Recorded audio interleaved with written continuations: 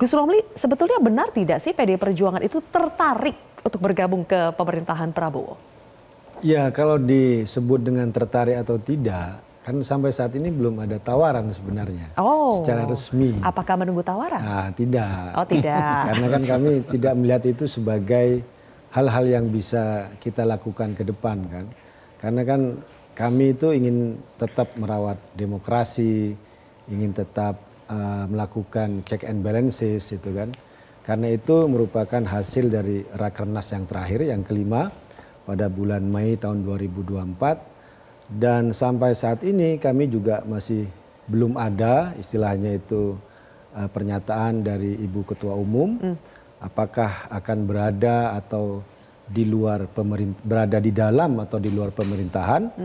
Ya sampai saat ini kami masih menunggu karena itu kan hak prerogatifnya Ibu Ketua Umum. Oke. Gitu.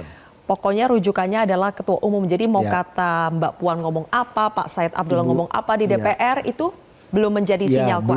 Belum. Ya, belum. Karena itu hak prerogatifnya Ibu Ketua Umum. Oke. Tapi kalau masalah tertarik atau tidak, meskipun belum ditawarin secara resmi kata Gus Romli, dari PDI Perjuangannya sendiri merasa ada ketertarikan atau tidak? Kami melihat itu bukan soal tertarik dan tidak tertarik ya. Tetapi fungsi partai sendiri itu dalam demokrasi itu apa gitu kan. Ya misalnya kalau saya sampaikan tadi bahwa putusan-putusan resmi partai itu kan kalau kita membaca di suasana kebatinan ya pada saat itu dan hingga saat ini kan masih ingin ingin berada di luar pemerintahan. Ya, tetapi kalau nanti apapun keputusan Ibu Ketua Umum ya pasti para kader itu akan mengikuti.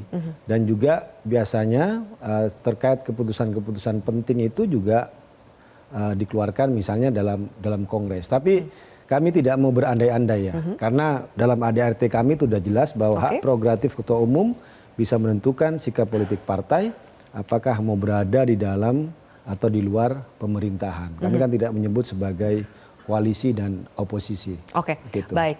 Kenapa akhirnya isu soal bergabungnya PDI Perjuangan ke dalam pemerintahan Prabowo itu mencuat kembali, Gus Romli? Karena kita dengar sendiri ada pernyataan dari Pak Said Abdullah, ada pernyataan dari Mbak Puan. Salah satunya ini, coba kita simak bersama. Kita lakukan kan, saya juga sering ketemu Mas Prabowo di acara-acara Prabowo. Jadi ya selalu berkomunikasi, selalu bersilaturahmi. Selalu berkomunikasi, selalu bersilaturahmi, dan insya Allah tidak ada yang tidak mungkin. Mas Kodari, sebetulnya siapa sih yang lebih butuh sampai adanya pertemuan Pak Prabowo dengan Bu Mega? Mbak Puan. Langsung terjawab ya? Iya, langsung terjawab. Kenapa begitu? Ya pertama memang yang sering bicara soal pertemuan itu saya lihat ya Mbak Puan dan tim Mbak Puan di PDI Perjuangan, di DPR maksud saya, seperti misalnya Pak Said Abdullah. Dan yang kedua memang yang kelihatannya membutuhkan semacam asuransi politik itu ya Mbak Puan ya. Karena ada wacana misalnya atau ada kemungkinan bahwa kalau pemerintahan tidak berada, PDI Perjuangan tidak berada dalam pemerintahan, maka ada kemungkinan Undang-Undang MD3 misalnya ya yang mengatur mengenai ketua atau pimpinan dari DPR bisa terjadi perubahan begitu. Tetapi kalau saya melihat memang di PDI Perjuangan itu ada dari dulu ya ada dua kelompok memang yang saya sebut sebagai kelompok kooperasi dan non kooperasi. Nah, kelompok non kooperasi itu adalah mereka-mereka yang tidak merasa harus masuk dalam pemerintahan dan kemudian juga kalau kita lihat kebijakan-kebijakan Bu Mega secara kepartaian misalnya terakhir kemarin ada perubahan dalam susunan pimpinan DPP itu kan yang masuk kan kelompok-kelompok yang notabene kritis ya kepada Pak Jokowi. Dan saya kira itu sejalan dengan yang disampaikan oleh Mas Guntur Romli. Ya sekarang posisinya itu seperti di PDI Perjuangan tergantung kepada Bu Mega dan tergantung kepada Kongres. Sehingga antara Mbak Puan dengan Bu Mega saya kira ini ada satu pesan-pesan yang kode-kode yang agak berbeda lah satu dengan yang lain. Ya. Oke, tapi kan kalau sekarang kita dengar kodenya seperti sudah lebih maju dari kode-kode sebelumnya ya. Kemudian juga sudah ada dari Gerindra juga mengatakan mereka sudah ada menu yang sudah sepakat menunya. Menu makanan, menu makanannya sudah sepakat. Betul. Jadi per hari ini saya kira ada perkembangan yang menarik, terutama kalau kita lihat pernyataan dari Pak Dasko bahwa sudah ada pembicaraan mengenai menu makanan. Itu kan suatu kemajuan yang luar biasa. Walaupun Pak Dasko juga mengatakan bahwa soal tempat dan soal waktu itu belum ditentukan. Makanya saya bilang per hari ini, kalau kemarin saya masih mengatakan pertemuan itu kemungkinan tidak terjadi, di atas 50% tidak terjadi, tapi pada hari ini saya bilang 50-50 karena menunya sudah ada, waktu dan tempatnya belum ada gitu. Ya walaupun sebetulnya biasanya tempat dan waktu dulu yang ada ya baru menu ya. Gitu. Tetapi intinya sih sinyal-sinyal dari Partai Gerindra sekarang itu lebih maju, terutama kalau saya melihat Pak Dasko, karena yang biasanya melakukan komunikasi itu kan Pak Dasko gitu. Jadi ya saya kira itu satu sinyal. Tapi secara keseluruhan sebetulnya bolanya memang ada di PDI Perjuangan dari Ibu Mega, bukan di Pak Prabowo. Karena Pak Prabowo sendiri hemat saya pada hari ini ya dengan komposisi partai politik yang bergabung dalam pemerintah, dalam koalisi Indonesia Maju, harusnya sudah lebih daripada cukup kan. Jadi di posisi Pak Prabowo sebetulnya sudah aman, sudah cukup. Jadi yang lebih membutuhkan adalah sebetulnya dari PDI Perjuangan. Oke, coba kita tanya Mas Adi Praitno apakah sepakat dengan Mas Kodari. Mas Adi Praitno, silakan bergabung. Halo Silvia, macet ya hari ini Mas? Macet banget. Oke, silakan langsung saja duduk. Mas Adi Praitno tadi sudah mendengar ya apa yang disampaikan Mas Kodari. Kalau Mas Kodari karatkannya sih prediksinya keyakinannya itu 50-50. 50 yakin bertemu Pak Prabowo dengan Bu Mega sebelum pelantikan ya? Iya, sebelum pelantikan 50-nya tidak yakin. Kalau Mas Adi Pray bagaimana? Apakah pertemuan Pak Prabowo dengan Bu Mega itu akan terwujud sebelum pelantikan atau setelah pelantikan? Ya, saya kira terlampau formalis kita bicara tentang pertemuan Prabowo dan Megawati sebelum atau sesudah ya. Jangan-jangan sudah ada pertemuan, cuman kita nggak pernah tahu.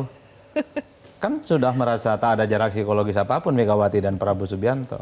Tapi bagi saya secara prinsip mau bertemu atau tidak, orang kan bertanya-tanya apakah PDIP itu ditawari masuk koalisi atau tidak. Kalau ditawari masuk koalisi, apakah mau bergabung atau tidak? Kan itu yang sebenarnya menjadi pembicaraan. Kalau saya melihatnya, kalau PDIP bergabung dengan Prabowo, ini sama-sama tidak menguntungkan secara politik ya. Tidak untung dari segi Prabowo karena apapun pemerintahan itu perlu dikontrol. Pemerintah dalam banyak hal pasti akan mengeluarkan kebijakan-kebijakan politik yang dalam banyak hal itu menimbulkan resistensi dan sesuatu yang tidak berkehendak dengan rakyat. Butuh di situ partai seperti PDIP yang menjadi oposisi, memberikan sikap kritis tentu saja. Dari segi PDIP tidak terlampau menguntungkan, tentu akan kehilangan ceruk pemilih yang pastinya tidak suka dengan Prabowo, tidak suka dengan Gibran. Karena segmen pemilih itulah yang saya kira harus dirawat. Oleh karena itu, paling mungkin ya, kalau PDIP menjadi bagian dari koalisinya Prabowo, tidak harus menjadi bagian dari menteri misalnya. Siapa saja koalisinya mungkin akan disepakati tentang alat-alat kelengkapan Dewan di DPR. Sama-sama seksi posisinya. Tentu untuk menjaga ceruk pemilih PDIP juga bertambah, terutama kelompok-kelompok yang kritis, tidak suka dengan pemerintah. Dan pada saat yang bersamaan, ini untuk menghindari bahwa per hari ini yang dilihat oleh publik, PDIP adalah partai politik yang sepertinya punya keinginan dan DNA politiknya itu ingin menjadi oposisi, Silvia. Makanya saya selalu mengatakan, untuk apa Prabowo dan Bu Megawati itu bertemu? Tensi politik kita sudah selesai kok. Nggak ada yang panas-panas, tak ada yang galak-galak, tak ada yang agresif-agresif. Satu-satunya kedua tokoh ini bertemu adalah soal kemungkinan apakah berkoalisi atau tidak. Kan di situ konteksnya. Bagi saya, kalau ini PDIP jadi berkoalisi, pasti diyakinkan bahwa oposisi di parlemen akan wassalam. Akan wassalam. Ya wassalam, 1000% wassalam. Tidak akan ada kelompok-kelompok partai politik yang saya kira akan menjadi kelompok yang selama ini menjadi sparring yang kritis kepada pemerintah. Oke, kembali ke Gus Romli. Gus Romli, jadi kan sebetulnya sudah ada ekspektasi dari publik. Sebagian publik lah ya, kita tidak bisa mengklaim semua bahwa tetap harus ada partai yang berfungsi sebagai oposisi. Apakah itu juga ditangkap, dirasakan vibrasinya oleh PDI Perjuangan? Ya tentu saja kami merasakan itu dan kami juga menyimak ya suara-suara dari publik. Termasuk juga kebijakan-kebijakan PDI Perjuangan. Dan selama ini juga kami melihat respon dari pihak Gerindra juga positif. Misalnya ketika putusan MK kami harus mengawal, kemudian menolak RUU Pilkada. Di Gerindra sendiri kan ada perubahan sikap ya kan. Yang sebelumnya mendukung revisi Undang-Undang Pilkada, akhirnya juga ikut menolak ya, maksudnya tidak hadir dalam paripurna. Kemudian juga misalnya menunda revisi Undang-Undang TNI dan Polri, Itu kan juga sikap dari publik, kelompok sipil, tokoh-tokoh bangsa. Dan ternyata juga fraksi dari Gerindra juga merespon hal yang sangat positif. Dan juga terkait misalnya jangan mutak-atik undang-undang MD3. Itu kan juga sampai sekarang juga tidak ada. Tetapi kami ingin menyampaikan bahwa pertemuan antara Pak Prabowo dengan Ibu Megawati mungkin akan terjadi. Itu akan terjadi sebelum pelantikan. Tetapi itu jangan dibaca sebagai apakah ini pertemuan transaksional, apakah ini mau masuk dalam pemerintahan atau tetap di luar pemerintahan. Karena ya mau tafsir, mau spekulasi ya silahkan. Tapi kami ingin menegaskan bahwa pertemuan itu bukan untuk itu. Karena juga sebelumnya ketika Ibu Mega tidak bertemu dengan Pak Prabowo kan ditafsirkan berseteru, tidak mau ketemu. Padahal kan tujuannya kan Ibu Megawati kan ingin menghormati konstituennya Ganjar Mahfud dan menghormati proses hukum. Jadi jangan disalah tafsirkan terus ketika nggak ketemu dianggap marahan, ketika mau bertemu ada Mas sesuatu Kodari, gitu. Gus Romli, sebetulnya yang mau bertemu itu kubunya Mbak Puan, bukannya Bu Mega. Oh enggak, kalau pertemuan itu jelas itu antara dua belah pihak dan tapi kami ingin melihat bahwa pertemuan itu ya pertemuan untuk meredakan suasana. Meskipun kata Bang Adi Praitno kan suasana sudah lentur, sudah tidak tegang lagi.